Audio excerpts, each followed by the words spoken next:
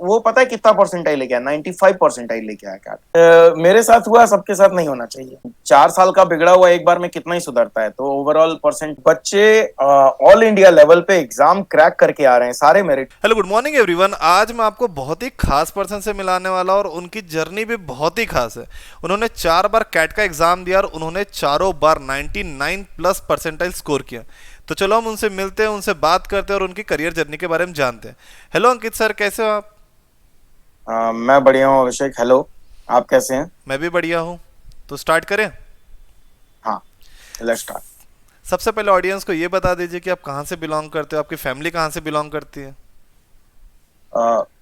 मेरा नाम अंकित कुमार केशान है और मैं एक बहुत ही छोटे से शहर रक्सौल से बिलोंग करता हूँ, जो कि स्ट्रैटेजिकली तो काफी इम्पोर्टेंट शहर है क्योंकि वो इंटरनेशनल बॉर्डर है इंडिया और नेपाल का। बिहार के पूर्वी चंपारण जिले में आता है ये रक्सौल शहर। वहां से मैं बिलोंग करता हूँ और मेरी फैमिली भी वहीं से बिलोंग करती है। अभी हम लोग दिल्ली रहते कूल। तो सर ये जो आपका एजुकेशन हुआ है, आपका ग्रेजुएशन, ये सभी आपने वहीं से किया या कहीं आपने बाहर दूसरे स्टेट में दूसरे सिटी में जाके आपने एजुकेशन लिया? हैं। मैंने 10th और 12th सीबीएसई से रक्सौल से ही किया है। और ग्रेजुएशन जो है मेरी सिविल इंजीनियरिंग थी, जो कि मैंने एनआईटी पटना से की है, जो कि पटना में बिहार से ही किया है।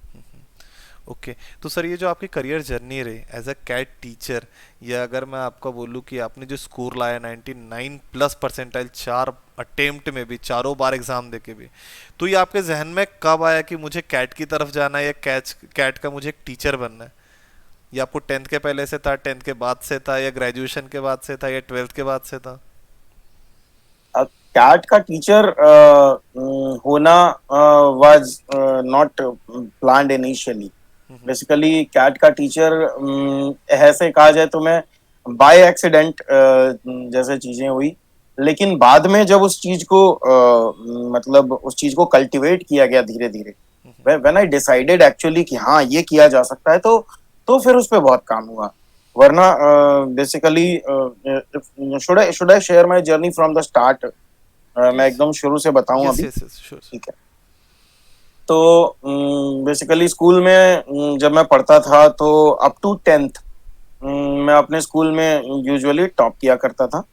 और मतलब कोई छोटे मोटे कंपटीशन, क्विज इवेंट्स वगैरह कभी हमारे शहर में होते थे, इंटर स्कूल कॉम्पिटिशन्स वगैरह होते थे, तो मुझे भी भेजा जाता था।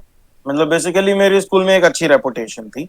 और तो 10th क्लास में लेकिन क्या था कि मेरा सब्जेक्ट स्विच हुआ। मतलब 9th क्लास तक मतलब हमने सारी चीजें हिंदी मीडियम में पढ़ी थी। तो 10th क्लास में माय डैड थॉट कि इंग्लिश इम्पोर्टेंट है, तो सारे सब्जेक्ट इंग्लिश में कर दिए गए। तो मेरा मेरा जो परसेंटेज अमूमन 95 97 इस टाइप से आया करता था, 10th में वो 90.4 हो गया। एंड देयर आफ्टर क्या था कि फिनेंशियली उस टाइम में कुछ डिफिकल्टीज की वजह से हम लोग काफी परेशान चल रहे थे। तो 11th 12th के लिए मैं बाहर नहीं जा सका, तो 11th 12th मैंने वहीं से किया। और मोस्टली सेल्फ स्टडी करनी पड़ती थी क्योंकि स्कूल में क्लासेस कम होती।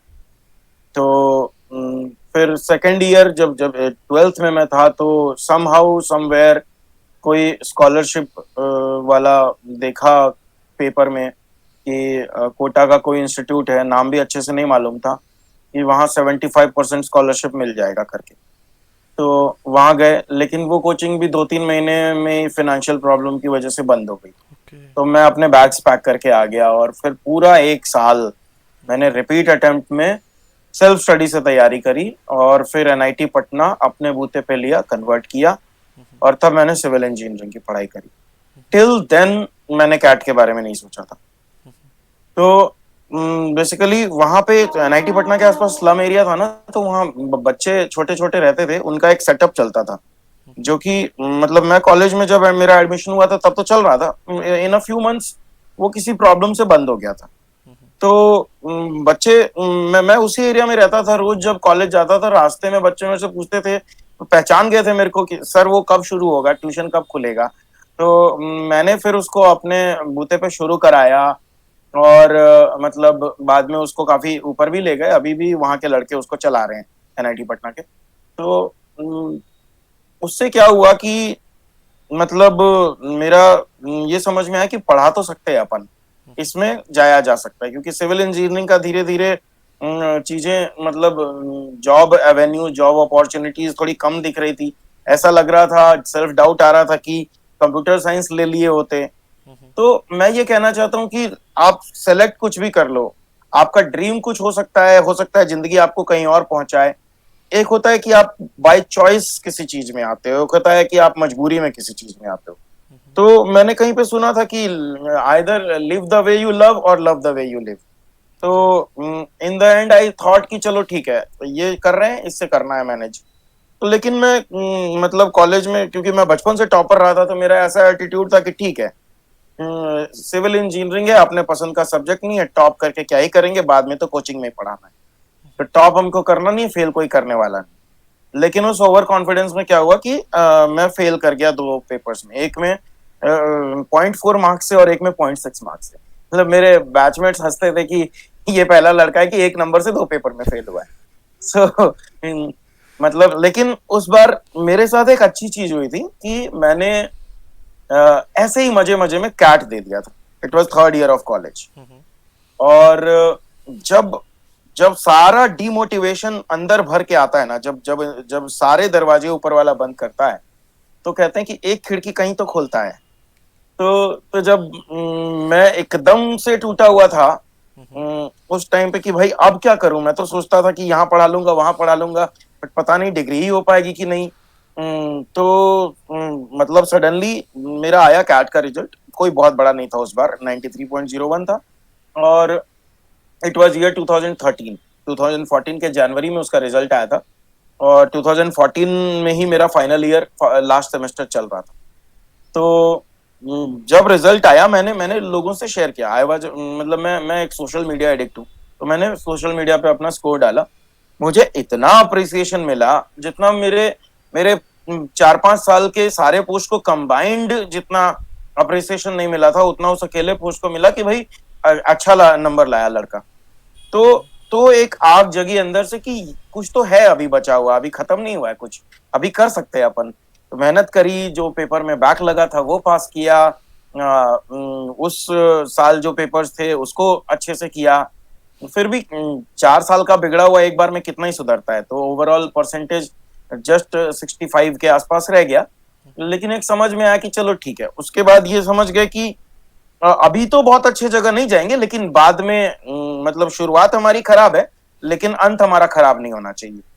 तो I I got an offer from a coaching, commerce की कोचिंग थी, उसमें मैथ्स पढ़ाना था। तो मैं मैथ्स पढ़ा रहा था। सडनली कभी आया अंदर से कि मतलब यहाँ पे कितने दिन रहेंगे, दिल्ली में कोचिंग डालते हैं। दिल्ली में कोचिंग डालते हैं तो उसके लिए था दिल्ली जाना है। बट पिताजी ने कहा कि जब तक तुम कुछ सिक्योर नहीं कर लेते हो तब तक जाना नहीं है। तो ऐसे मजे मजे में एसएससी का एग्जाम दे दिया, सीजीएल का। तो ऑल इंडिया रैंक 24 आ गई, क्योंकि बच्चों को पढ़ाते थे, तैयारी हो ही रही थी। तो वहां पे भी स्कोर करके, तो वहां से एक और पुश मिला कि ठीक है, अब पीछे नहीं मुड़ना है। तो दिल्ली आ गए, यहाँ पे भी अपना ऑनलाइन सेटअप वगैरह सब लगाया, पढ़ाना शुरू किया। और फिर मतलब एग्जाम मेरा 99 परसेंटाइल आया। उसकी रेसिपी मैं बताऊंगा आगे आपको, अभी तो अपना अपनी बात लंबी होने वाली है। तो मैंने कैट 2018, 2020, 2021 एंड 2022, ये 4 बार मैंने 99 परसेंटाइल स्कोर किया है। और मेरे स्टूडेंट्स ने भी इस बार 99 परसेंटाइल स्कोर किया है। एक स्टूडेंट ने मुझसे भी ज्यादा स्कोर किया है। वो ग्रेट। आई एम लखनऊ में गया है। एक और स्टूडेंट 99 लेके आई थी, वो आई एम कैलकाटा में गई है। ठीक है। और अगर सब ठीक रहा, ऊपर वाले ने मतलब चाहा, तो शायद इस बार हम लोग अहमदाबाद और बैंगलोर भी कन्वर्ट कर ले। Cool. All the best. Thank you. तो सर ये जो आपकी जर्नी रही कि एक टीचर तक के, और जो जैसे एनआईटी में अगर मैं आपकी बात करूँ तो आप एक सिविल इंजीनियर थे, तो वहाँ से और मतलब थोड़ा सा कॉम्प्लिकेटेड सा लगता है एक टेक्निकल फील्ड से लेके, मतलब कैट में भी काफ़ी चीज़ होती है एप्टीट्यूड बेस है, बट ये एकदम से स्विच जब आप आ रहे थे तब कभी जहन में ऐसा नहीं है कि कहीं गलत तो नहीं जा रहा हूँ मैं? जैसे होता है ना कि हम कोई दूसरे, एक जैसे मैंने 4 साल जिसकी पढ़ाई की है, अब मैं उसे चूज ना करके मैं कहीं और कोई दूसरे डायरेक्शन में जा रहा हूँ, तो कहीं तो आ रहा हूँ कि यार अगर गलत डिसीजन हो गया तो फंस सकता हूँ मैं। देखो, दो फैक्टर्स होते हैं। पहला ये कि अगर आप इंजीनियरिंग में हो, मैं एक बात बता दूं, कभी ये ख्याल नहीं आएगा, क्योंकि इंजीनियर्स कुछ भी कर सकते हैं। ये पहली बात है। ओके। इसलिए कभी ऐसा सोचा ही नहीं कि मैं क्या कर रहा हूँ। मैं कुछ भी कर रहा हूँ, इनफैक्ट मैं पोएट्री करता हूँ। दिल्ली में जितने ओपन माइक्स होते हैं बड़े स्टेजेस के, मैं जाता हूँ। ठीक है। मैं वीडियो एडिटिंग, मेकिंग, सारी चीजें ट्राई करी है मैंने, छोड़ा कुछ भी नहीं। वेब डेवलपमेंट, एसईओ, कुछ भी नहीं छोड़ा है। तो करता सब कुछ हूं मैं। ठीक है। दूसरा ये कि अगर आपको फाइनेंशियल प्रॉब्लम है, तो आप 15 बार करियर स्विच करो, आपके दिमाग में ये ख्याल नहीं आना चाहिए कि मैं सही कर रहा हूँ कि गलत कर रहा हूँ। आप सारा एफर्ट मारो, आपको ट्राई करना है, और जिस दिन आप कंफर्टेबल हो जाओ, उस दिन के बाद सोचो कि हाँ सही कर रहा हूँ कि गलत कर रहा हूँ। जिसके पास खोने को कुछ नहीं है वो सही ही कर रहा है भाई। कुछ ना कुछ तो निकल के आएगा ही ना। ग्रेट सर, ये मुझे नहीं कहा, एक रियल पर्सन से एक मोटिवेशन मिल रहा है कि जब हमें, एक होता है ना कि जब हमारे पास खोने के लिए कुछ नहीं होता है, ठीक है, तो उस टाइम पे हमें जो भी चीज़ हम पाले तो उसके लिए हमें एक पॉजिटिव वाइब सी आती है, और वही हमें बेस्ट लगता है। वो एक चीज़ होती है ना कि नीड ही सब कुछ वो फिर बना देती है, आपका पैशन हो, डेडिकेशन हो, एक नीड, अगर वो पर्सन को नीड है तो सब वही सिखा देती है। ग्रेट सर, मुझे एग्जैक्टली थॉट बहुत आपका मतलब बहुत इंटरेस्टिंग और बहुत अच्छा लगा। कूल। एंड सर इसी से एक रिलेटेड क्वेश्चन है कि जब आप ये करियर हाँ। जर्नी में, जैसे मैं बोलता हूँ कि आप कैट की तरफ अट्रैक्ट हुए, एज ए टीचर बने, इस बीच में कभी आपको ऐसा डिमोटिवेटेड फील हुआ?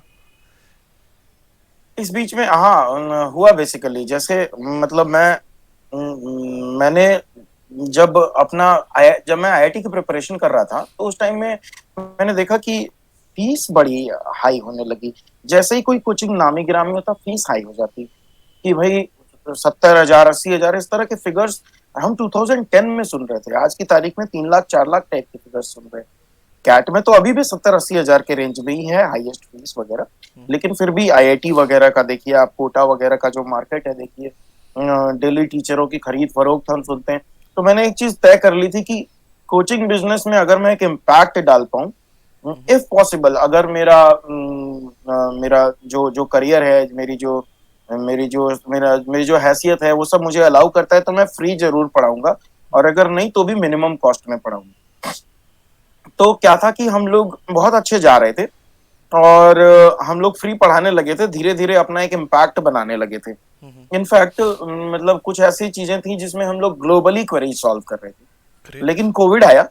जहां पे कोविड के टाइम में online coachings and businesses flourish कर रहे थे, वहां पे कैलाशा ऑनलाइन लर्निंग, जो मेरा पोर्टल का नाम है, वो एकदम से नीचे आया। क्योंकि मतलब होता है ना कि आप एक लकीर को छोटा करने के लिए उसके सामने बड़ी लकीर खींच दो, तो हमारी लकीर छोटी रह गई। उसका कारण था कि कोविड आया, तो ऑनलाइन स्टडी का बहुत ज्यादा ये फैल गया। और जो भी ऑनलाइन नहीं पढ़ा रहा था, सारे ऑनलाइन पढ़ाने लग गए। पहला तो ऐसा नहीं कह रहा कि वो हमसे अच्छा पढ़ा रहे थे या जो भी, लेकिन जितने भी कोचिंग्स थे, वो स्टूडेंट्स अट्रैक्ट करने के लिए कोई 60% डिस्काउंट दे रहा था, कोई 80% डिस्काउंट दे रहा था, और जिससे स्टूडेंट्स फटाफट आ रहे थे। लेकिन हम तो ऑलरेडी जीरो पे पढ़ा रहे थे। तो हम ऐसा प्रमोशन, ऐसा एडवर्टीजमेंट, ऐसा क्या करें कि हमारे पास स्टूडेंट बढ़े। तो हमारे पास कभी स्टूडेंट नहीं बढ़े। कोविड के टाइम से हम लोग 3-4 साल लगभग पीछे चले गए। 3-4 साल की मेहनत थोड़ी पीछे चली। और उस टाइम जो था कि मेरी टीम भी थोड़ी छोटी है। तो मतलब बेसिकली जिन्होंने मेरा ऐप बना के दिया, अगर अगर उन लोगों का सपोर्ट नहीं होता तो शायद आज हम यहाँ तक नहीं आते। तो यही है कि वहां से मैंने अपने अपने आप को गिरने नहीं दिया। इनफैक्ट और भी लोगों का कंट्रीब्यूशन है, बहुत सारे लोग, मेरे फैमिली का है, और भी लोगों का है। लेकिन मतलब वो एक ऐसा पॉइंट था जब ऐसा लगा कि इसको बंद करना पड़ेगा, इसको छोड़ना पड़ेगा। ओके। एंड सर जैसे कि आपने बताया जब आप कॉलेज मतलब पढ़ रहे थे एनआईटी में, दैट टाइम आपने हाँ। बताया कि स्लम एरिया में आप कहीं पढ़ाने के लिए गए और वहाँ पे आपने काफ़ी अपने एफर्ट्स लिए। तो सर मेरा एक मतलब क्वेश्चन है कि जैसे हाँ कि सर आप खुद एक अपना करियर बना, वो भी एनआईटी पटना कॉलेज से, और ये जो एक हमारे अंदर इंस्पिरेशन है कि मैं स्लम एरिया को पढ़ाऊँ, और जैसे कि आप अभी बता रहे हो कि अगर इन फ्यूचर भगवान ने सपोर्ट किया आपको और आपका अच्छा कोचिंग क्लासेस भी चल गया, तो आप उससे ट्राई करेंगे फ्री में या मिनिमम कॉस्ट में जितना हो सके आप पढ़ाएं। तो सर ये मैं जानना चाहता हूँ, ये आपका थॉट प्रोसेस कैसा बनता है सर, क्योंकि मैं लगभग लोगों से मिलता हूँ, at the end everyone is saying कि बिजनेस क्या है, पैसा क्या है। तो सर मुझे ये जानना है कि आपके लिए मतलब आप ऐसा थॉट प्रोसेस लाना, वो भी ये ज़माने में, इट्स मैंने मतलब देखिए, दुनिया में जितने भी बड़े बड़े कॉन्सेप्ट्स और बड़ी बड़ी टैगलाइन होती है ना कहीं की कॉपी होती है, मुझे मेरे मेरे को ये लगता है। मैं अगर कोई कोई कोई चीजी सी लाइन यहाँ पे बोल दूं, मैं सीधा सीधा बताता हूँ, मैंने लिंक्डइन पे कहीं बहुत साल पहले एक लाइन पढ़ी थी कि be the person who you needed when you are young. Okay. तो बेसिकली मेरे पास नहीं था कुछ, मेरे पास था नहीं कुछ, तो मेरे को लगता है कि ये मेरे साथ हुआ, सबके साथ नहीं होना चाहिए। तो इसलिए ये मेरे दिमाग में आया कि हाँ ऐसा करना चाहिए, बहुत सारे लोग हैं। और मतलब मैं, आपने जैसे पूछा ना, तो वहाँ जो कॉलेज के पास जो जो मतलब झुग्गी झोपड़ियां हैं, वो सारे लोगों का एक सेटअप चलता था।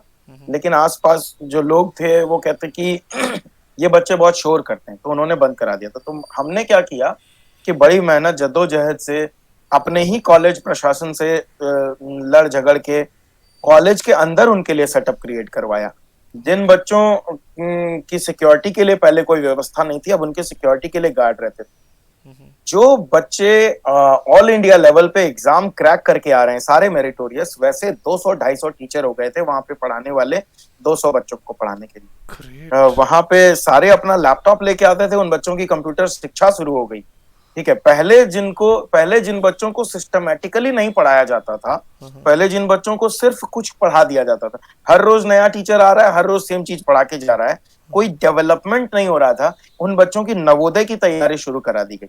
और उसमें सबसे बड़ी चीज मैं बताता हूं, अगर आप आज से 10 दिन पहले मेरा इंटरव्यू ले रहे होते, मेरे पास ये स्टोरी नहीं होती। And I am very proud and equally emotional while sharing this to you.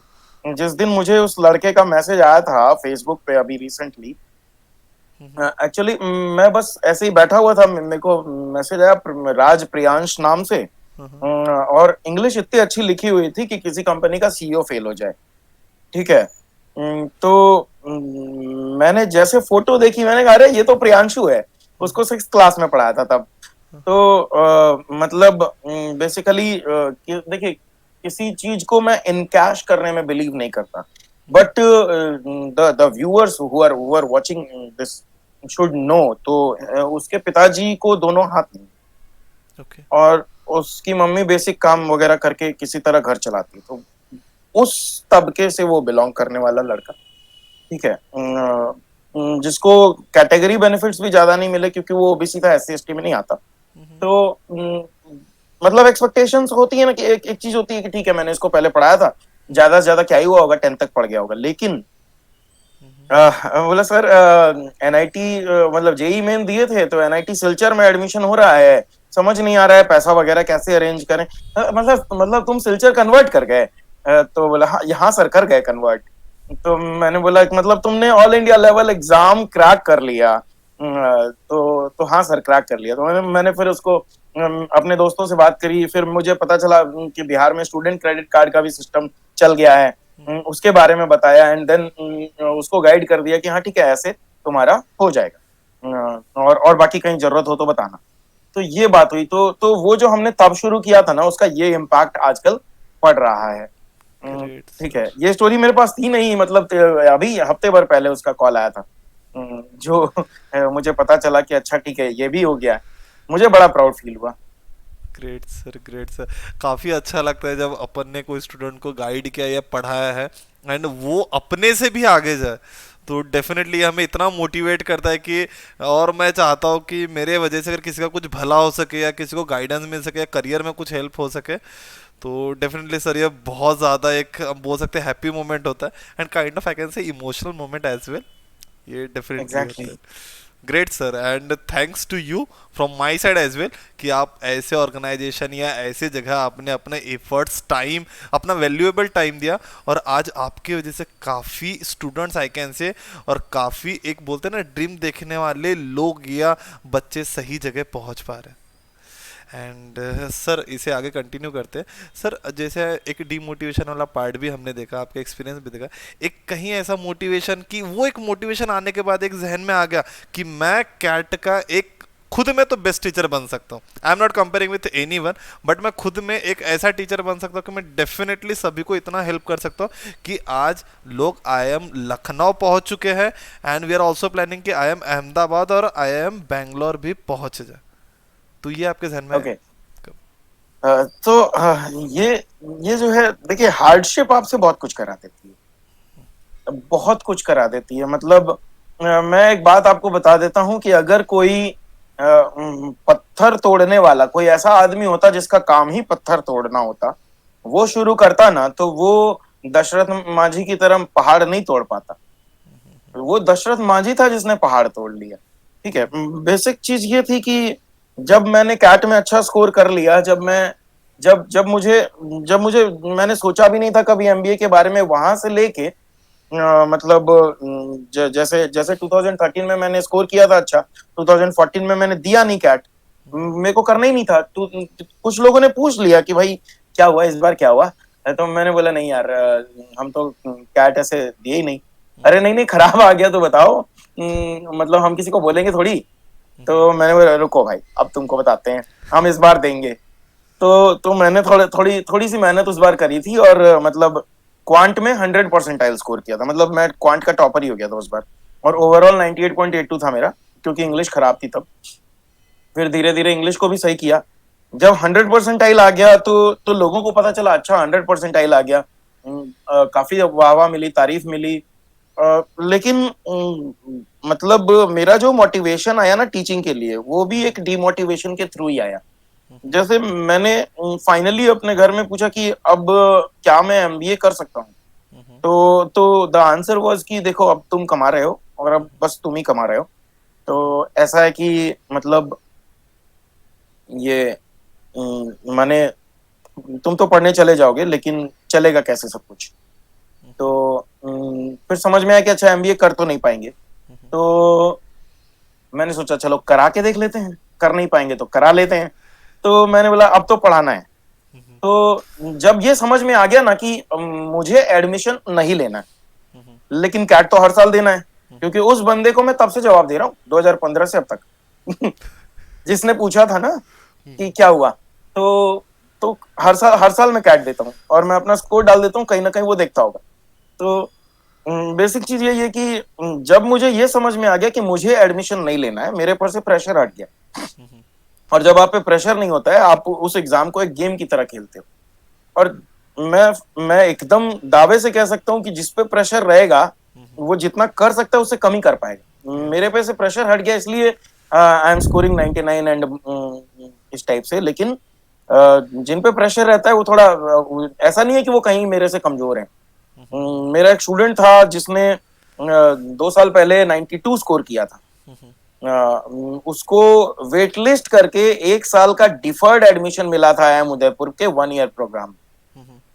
जब उसको एडमिशन कंफर्म हो गया, उसने एक्सेप्ट कर लिया क्योंकि उसके पास कोई ऑप्शन नहीं था। उसने मुझे रिसेंटली बताया है कि उसने पिछले साल फिर से कैट दिया था, देन ही स्कोर्ड 99.29, क्योंकि तब उसको कुछ था नहीं टेंशन कि चलो आईएम में एडमिशन तो रखा हुआ है। तो उसने ऐसे पिछले साल मजे मजे में दिया। तो इसका मतलब है कि वो पहले भी इतना ही कैपेबल था, लेकिन उसने प्रेशर में दिया, इसलिए वो 92 समथिंग स्कोर कर पाया, 93 स्कोर कर पाया। लेकिन जब उसने प्रेशर के बिना दिया तो 99 कर गया। Great sir. एंड सर ये जो आपका थॉट है कि मैं नहीं कर पाया because of some reason, because of some issue, I can like मुझे भी रिवील नहीं करना, वो पर्सनल है, सोशल है, बट मैं नहीं कर पाया तो क्या हुआ, मैं काफ़ी स्टूडेंट से करवा लूँगा, वो भी बहुत बेस्ट तरीके से। क्योंकि एमबीए करना, एमबीए तो कोई भी कर सकता है, आई कैन से, बट आई एम से करना ये बड़ी बात है। वो एक इम्पैक्ट क्रिएट करता है अपने प्रोफाइल पे, वो एक इम्पैक्ट क्रिएट करता है कि आपका जो देखने का नज़रिया है उससे एक समझ में आ जाता है कि हाँ आईआईएम से किया है तो एक बहुत बड़ी बात है। Definitely exactly. Sir, great sir. And sir आप कुछ एक्सपीरियंस शेयर करना चाहते हो एज अ कैट टीचर? हाँ बिल्कुल, जैसे एक्सपीरियंस जो मैं बताता हूँ कि अगर अगर कोई कोई वीक स्टूडेंट है जिसको ऐसा लगता है कि मैं कर पाऊंगा कि नहीं, तो मैं बताता हूँ, मेरे मेरे ही शहर का एक लड़का राजू, मतलब उसने एमबीए का जब सोचा तो उसने ये नहीं सोचा था कि वो आईआईएम जा सकेगा। ठीक है, उसने प्रिपेयर प्रिपेयर किया। और एक होता है ना कि आप सिस्टम पे विश्वास करते हो, आज के बच्चे नहीं करते हैं। आज के बच्चे क्या है कि चार फेसबुक पोस्ट पढ़ लेंगे, वहां पे उनका ध्यान डाइवर्ट हो जाएगा, दो दो टेलीग्राम ग्रुप ज्वाइन कर लेंगे, कोई कुछ बोलेगा, वो उससे डिलेमा में आ जाएंगे कि क्या करें क्या नहीं। उसने एक सिस्टम पे भरोसा किया कि मैं सर से पढ़ रहा हूँ, सर जो बोलेंगे वही सत्य है। तो क्या हुआ कि मतलब कैट से 30 दिन पहले वो मॉक में -13 नंबर लेके आ रहा है, और फिर भी वो उफ नहीं कर रहा है कि मेरा क्या होगा, मेरा क्या होगा, हाय तौबा नहीं कर। मैंने बोला तुम सच में जो जो मैंने कहा है कर रहे हो? हाँ सर कर रहा हूँ। और वो पता है कितना परसेंटाइल लेके आया? 95 परसेंटाइल लेके आया कैट। ग्रेट। ठीक है, और वो नॉन इंजीनियर ओबीसी से था, तो वी वर श्योर कि मतलब उसका हो जाएगा अच्छे college, but there were some problems, कुछ इमरजेंसीज थी एक्चुअली, मेडिकल इमरजेंसी उसके फैमिली में। तो हुआ क्या कि मतलब उसको अपना जो मेन इंटरव्यू था उस दिन घर जाना पड़ा, फ्लाइट वगैरह, और फाइनेंशियली बहुत बहुत बहुत वीक घर है। मतलब मैं बता सकता हूँ कि मैंने जैसे अभी प्रियांशु के बारे में मेंशन किया, तो मतलब फाइनेंशियली, मतलब वैसी कोई ट्रेजेडी तो उसके यहाँ नहीं थी, लेकिन फाइनेंशियली बिल्कुल भी स्टेबल फैमिली नहीं। तो और घर का लड़का होना कितना कितना जिम्मेदारी का काम होता है। अगर आप घर के लड़के हैं तो आपको पैसा ला के देना है, आप पे पैसा नहीं लगना चाहिए। ऐसा भी होता है। तो बेसिकली वही है कि मतलब एक एक चीज भारी पड़ रही थी उसको। और मैंने एक चीज देखी ना कि when when you believe in yourself and you do your best, magic happens.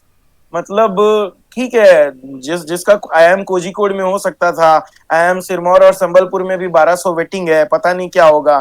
फिर सडनली एक कॉलेज से वेटिंग कंफर्म होती है, फिर बैंक से लोन अप्रूव होता है, लेकिन बैंक वाले कहते हैं कि 2-3 दिन लग जाएगा, तब तक तो आपका डेडलाइन खत्म हो जाएगा, पहला पहला टर्म का हम नहीं दे पाएंगे, 3 लाख रुपया देना है। ये सारी चीजें फाइनली अरेंज होती हैं, तब लगता है कि अब घर मैं छोटे शहर से बिलोंग करता हूँ जहां से ट्रेनें नहीं है, आपको पता है, ज्यादा नहीं है। मतलब अगर आपको 36 घंटे में कहीं पहुंचना है दूर, तो आप ऐसे आप नहीं पहुंच पाओगे, बेसिकली प्रैक्टिकली पॉसिबल नहीं है ये। मतलब आपको एक दिन पहले लाइन में लग के तत्काल वाला रिजर्वेशन, फिर 24 घंटे में एक ही बार ट्रेन है बड़े शहर के लिए। इस तरह की सिचुएशंस हैं। तो मैं देख रहा हूँ कि रात के 10 बज रहे हैं, लेट जा रही है, ऐसा लगा स्पेशली उसके लिए जा रही है। और उस ट्रेन में भी जो खचाखच भरी रहती है, उसके एक बहुत जिगरी दोस्त की पूरी फैमिली जा रही है। और ये हो गया कि चलो ठीक है, टीटी को पेनल्टी दे देंगे, चले जाएंगे। टीटी आया ही नहीं, वो बंदा दिल्ली आ गया। और यहां से मैंने उसको उबर इंटरसिटी में बिठाया है कि भैया तू जा, आईएम सिरमौर, उसको 10 बजे पहुंचना था, 7 बजे पहुंच गया वो। तो आपको बैग्स पैक रखने चाहिए, आपको अपने अपने ऊपर भरोसा रखना चाहिए, और आपको अपना बेस्ट देना चाहिए, चीजें हो जाती, जादू होता है। ऊपर वाला कहीं ना कहीं है, मैं इस बात में विश्वास रखता हूँ। कूल। सर मुझे एक आई कैन से एक स्टोरी, छोटी सी एक स्मॉल सी स्टोरी, और आई कैन से एक मोटिवेशनल थॉट याद आ गया। अगर किसी चीज़ को शिद्दत से चाहो तो पूरी कायनात तो तुम्हें उससे मिलाने में लग जाती है। लग जाती है, बिल्कुल लग जाती है।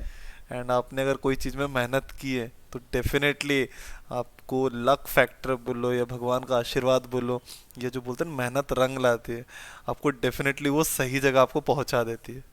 डेफिनेटली सर, आपसे एग्जैक्टली। बात करके सच में बहुत इंटरेस्टिंग, बहुत मज़ा आ रहा है। एंड एक एक जो रियल फैक्ट होता है ना कि जैसे आप जब स्टूडेंट का नाम लेते हो, जब स्टोरी बताते हो, तो आप लिटिल बिट इमोशनल हो रहे हो सर, हाँ, डेफिनेटली मैं हो जाता हूँ। कि मैं हो जाता हूँ क्योंकि या मुझे मुझे मुझे मैं क्या स्टूडेंट से लास्ट तक कनेक्ट होता हूँ। मैं उसको पढ़ा दिया ये नहीं चलेगा। मैं उससे रोज फोन पे बात कर रहा हूँ, भाई कोई दिक्कत तो नहीं आ रही तेरे एडमिशन में, क्या हुआ मुझे बता। मतलब जब वो दिल्ली आया ना तो उसकी ट्रेन 10 बजे पहुंचनी चाहिए थी। मैं बार बार वेयर इज माई ट्रेन देख रहा हूँ। मेरी वाइफ बोल रही रात में 1 बजे क्या देख रहे हो, मतलब 10 बजे से वो 2 बजने में आ गए, उसकी ट्रेन आई नहीं। उसकी ट्रेन आई 3 बजे। मैं 10 बजे से 3 बजे ओल्ड दिल्ली रेलवे स्टेशन पे खड़ा उसको रिसीव करने के लिए। तो this is how I connect with my students. तो इमोशनल तो आ ही जाता है एंगल यहाँ पे। बिल्कुल आता है। Great sir. And sir, do you have any kind of message for the upcoming generation? क्योंकि काफ़ी जैसे स्टूडेंट्स का भी एक जहन में होता है कि अभी तो मुझे एक इंजीनियर बनना है या मुझे डॉक्टर बनना है, या सेकंड थॉट प्रोसेस या थर्ड थॉट प्रोसेस में बोल सकता है एक एमबीए का भी है लोगों के जहन में।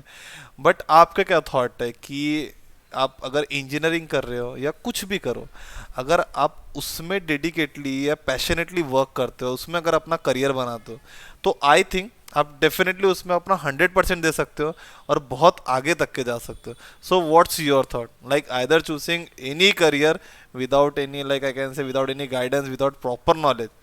So what's your thought? देखिए मतलब हम एक बात बताएंगे, जो जो अभी जिनका अभी 10th नहीं हुआ है, उनके लिए मेरा मैसेज है कि ये जो अभी कर रहे हो ना, मतलब ये लाइफ टाइम आपका आपका आने वाला पूरा जिंदगी डिफाइन करने वाला है।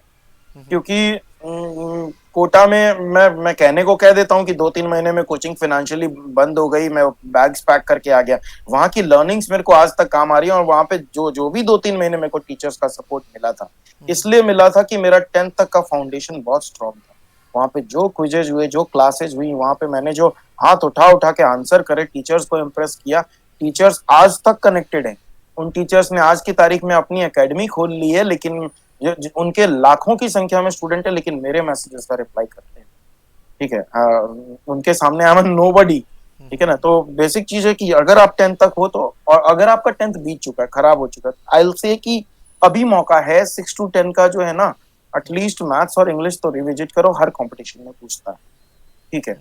अगर 10th तक हो तो 6 to 10 का मैथ्स आप करो रिवाइज, और अगर आगे बढ़ चुके हो तो 6 to 10 का मैथ्स रिविजिट करो, क्योंकि वो जिंदगी भर काम आएगा। और एकदम बेसिक थ्योरम्स पढ़ो, जैसे चैप्टर होता है उसमें। मैथ्स की बुक खरीदने के बाद सबसे पहले लोग जंप करके जाते हैं एक्सरसाइज 1 पे। क्यों? उससे पहले का जो 20 पेज दिया हुआ है वो लिखने वाला बेवकूफ है क्या? वो 20 पेज भी तो पढ़ने का है, वहीं पे सारा ज्ञान है। तो वो देखो।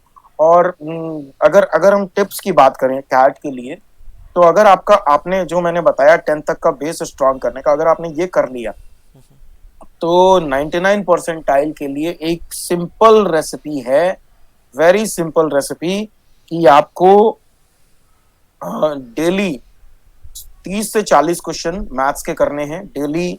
2 पैराग्राफ रीडिंग कॉम्प्रिहेंशन के करने हैं, 2 पैराग्राफ लॉजिकल रीजनिंग के करने हैं, 2 पैराग्राफ डेटा इंटरप्रिटेशन के करने हैं। ये करना है daily without fail for 1 year. आपको कोई नहीं रोक सकता 99 परसेंटाइल लाने से।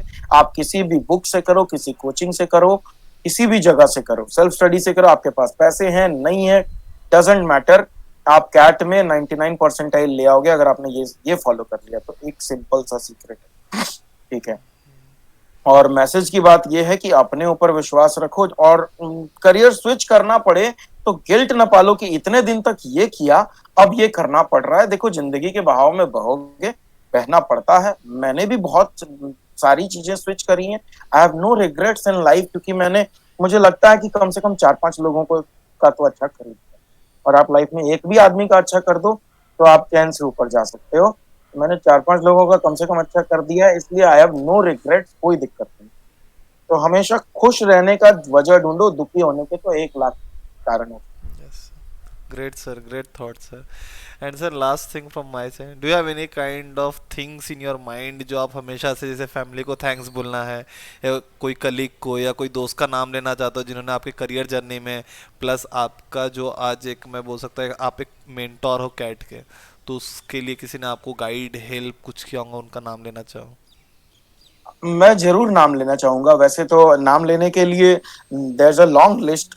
माय इमीडिएट फैमिली, मेरे मॉम डैड, मेरी सिस्टर्स, मेरी वाइफ, सभी का बहुत तगड़ा सपोर्ट है। ठीक है। और मेरे मेरे 2 बेस्ट फ्रेंड्स हैं, दोनों का नाम नीरज है, बाय कोइंसिडेंस है। दोनों ही नीरज हैं। इन सब लोगों ने मुझे हमेशा हर तरीके से सपोर्ट किया है, और ये सब मेरे समझ लीजिए कि ये सब मिलके मेरा बैकबोन कॉन्स्टिट्यूट करते हैं। लेकिन लेकिन it will be unfair not to mention कि मतलब मेरे जो दो पार्टनर्स थे, जब मैं ये सारा सेटअप रेडी कर रहा था फ्रॉम 2016 टिल 2020, जो मेरे साथ खड़े थे, जिन्होंने जिन्होंने मॉक्स अपलोड करने में, जिन्होंने पोर्टल को सेटअप करने में, जिन्होंने वेबसाइट बिल्ड करने में, जिन्होंने सब कुछ करने में मेरा साथ दिया, हम तीनों ने एक साथ शुरू किया था। We were equal stake holders.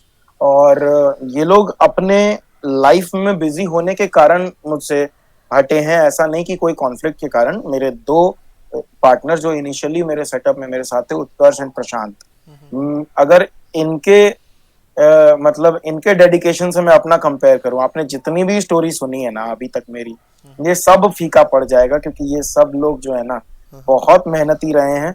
अपनी अपने जॉब में और अपनी शादीशुदा जिंदगी में बिजी होने के कारण बस अभी ये लोग जो है कनेक्टेड नहीं है, वरना दिलों में तो हमेशा ही कनेक्टेड रहेंगे। यस सर, तो यस। उनको बहुत ज्यादा थैंक्स रहेगा, और लाइफ टाइम थैंक्स रहेगा उनको। कई लोगों को ऐसा लगता है कि इनकी उत्कर्ष और प्रशांत से अब नहीं बनती है, ऐसा बिल्कुल नहीं। उन लोगों को मैं बता दूं कि ये लोग से बहुत अच्छी बात होती है जब भी होती है। Great sir, great. Thank you sir, आपने जितना भी मोटिवेशन दिया है, आपने जितनी भी अपनी करियर जर्नी बताई, that will definitely help to the upcoming generation as well as जो भी आपके कलीग्स है, या जो भी एक कैट मेंटोर है, या जो भी ना कोचिंग के भी करना चाहते हैं, उनके लिए काफ़ी आपका मोटिवेशन है, एंड डेफिनेटली बहुत हेल्प करेगा ये अपकमिंग जनरेशन को। And congratulation once again for scoring 4 times 99 plus percentile, as well all the best. जो भी आप एक कोचिंग सेंटर चला रहे हो, आप एक ट्रेनर हो, मेंटोर हो, उसके लिए। And thank you guys for watching us. आपका एक एक व्यूज़, आपका एक एक सब्सक्रिप्शन बढ़ना, ये मेरे लिए ऐसा मोटिवेशन है कि मैं डिफरेंट ऑफ स्ट्रीम से, आप बोल सकते लोगों को पकड़ के लाता हूँ, बुला के लाता हूँ, सो दैट कि वो अपने लाइफ एक्सपीरियंस यहाँ शेयर करें, ताकि इन फ्यूचर अगर आपको कभी भी कोई भी डिफिकल्टीज, कभी भी कोई इशू आता है, सो दैट आप उसे इजिली हैंडल कर सको और इजिली डील कर सको। Thank you sir, thank you everyone. आपसे भी बात करके बहुत अच्छा लगा। Thank you so much. Thank thank you. You so much.